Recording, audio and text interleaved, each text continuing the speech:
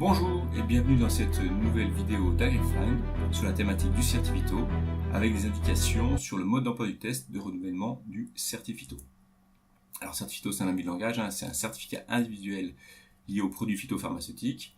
L'objectif est de limiter la dangerosité pour la santé et pour l'environnement et également de mettre en œuvre des pratiques agronomiques alternatives à la chimie de synthèse. Alors quand faire le test? Le test, il doit se faire relativement tôt, puisque la demande de renouvellement doit être faite maximum 3 mois avant la date d'échéance de validité de votre certificat. Donc le premier élément, c'est de savoir quand est-ce que se finit ce certificat et anticiper d'au moins 6 mois le test pour renouveler ce certificat. Et aujourd'hui, tous les certificats délivrés ont une validité de 5 ans. Est-il préférable d'attendre le dernier moment pour optimiser la durée initiale de mon certificat? La réponse est clairement non. Je prends mon cas. J'ai obtenu mon certificat en mars 2013, le premier, donc jusqu'en mars 2018. J'ai fait une demande de renouvellement suite à le succès à un test en juillet 2017. Et le document d'administration me dit que mon second certificat va à partir de mars 2018 jusqu'en mars 2023. Donc je n'ai pas perdu 9 mois. Donc il est tout à fait possible et même préférable, pour s'éviter des ennuis, d'anticiper de quelques mois le renouvellement de son certificat individuel. Aujourd'hui, 5 certificats pour 5 situations. Les opérateurs pour tout ce qui est l'utilisation, la manipulation par rapport à une exploitation agricole ou une ETA. Les décideurs d'entreprise non soumis à agrément, ce sont les exploitants agricoles dans le cadre personnel ou dans le cadre de l'entraide. Les personnes qui font de la facturation type ETA ou alors entreprise du paysage, c'est décideurs en entreprise soumis à agrément. Enfin, vous avez la mise en vente de produits phyto, que ce soit grand public ou professionnel. Et enfin, le conseil d'utilisation des produits phytopharmaceutiques pour exercer une activité de conseil, faire des préconisations avec ou sans vente de produits. La situation de test, elle est claire. L'organisme habilité pour délivrer le test doit vous fournir un PC, puisqu'il s'agit d'un test d'une durée de 1h30 avec 30 questions type QCM. Sur chaque question, le nombre de réponses attendues est systématiquement indiqué. C'est-à-dire que s'il y a 5 réponses possibles et qu'il y en a 2 attendues, vous aurez entre parenthèses 2 réponses attendues. Et pour obtenir 1, il faut avoir 100% de bonnes réponses. S'il y a 5 réponses possibles, 2 réponses attendues et que vous en cochez une bonne et une fausse, vous avez 0. Il faut 100% de bonnes réponses à chaque question pour obtenir 1 et il n'y a pas de 0,25 ou 0,5 points. Soit c'est tout bon, c'est 1, soit il y a une erreur et c'est 0. Les thèmes abordés, il y en a 3. 10 questions par thème, la réglementation et la sécurité environnementale. 10 questions sur la santé, la sécurité des applicateurs et toutes les problématiques liées aux espaces ouverts au public.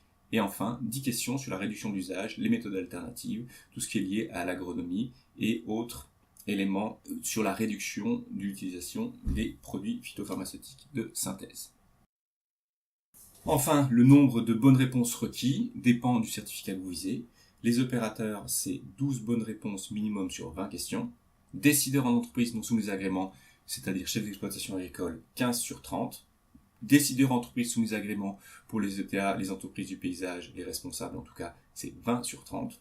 Également 20 sur 30 en ce qui concerne la mise en vente des produits, que ce soit les produits grand public, LISA, grande surface, ou les produits professionnels pour la distribution agricole. Et enfin, 25 sur 30 pour le conseil d'utilisation des produits avec ou sans vente, tout ce qui est lié aux préconisations.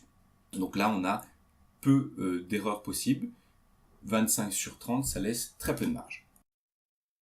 Le déroulé, vous présentez dans la salle. On va vous fournir le PC, un code de session que vous allez devoir rentrer, un code identifiant personnel, ils vont vous être notifiés, pareil, vous le saisissez sur la machine.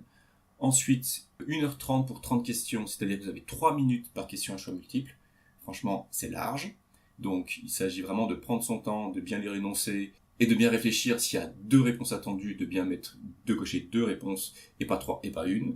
Ensuite, la possibilité de revenir sur chaque question à tout moment. Donc, vous pouvez naviguer d'une question à l'autre au sein des 30 questions pendant le temps qui vous est imparti.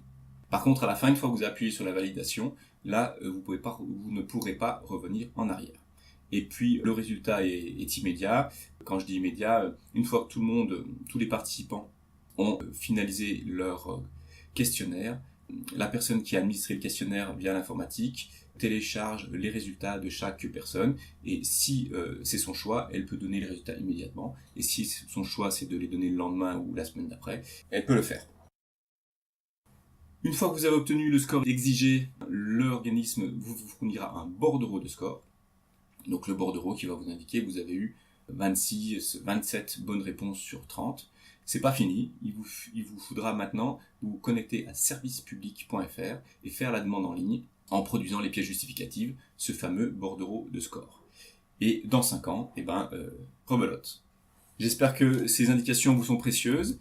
Si vous souhaitez préparer au mieux ce test, n'hésitez pas à nous contacter au sein d'AgriFind. On se fera un plaisir de vous aider à préparer ce test de façon à ce que vous le réussissiez. Au revoir à tous.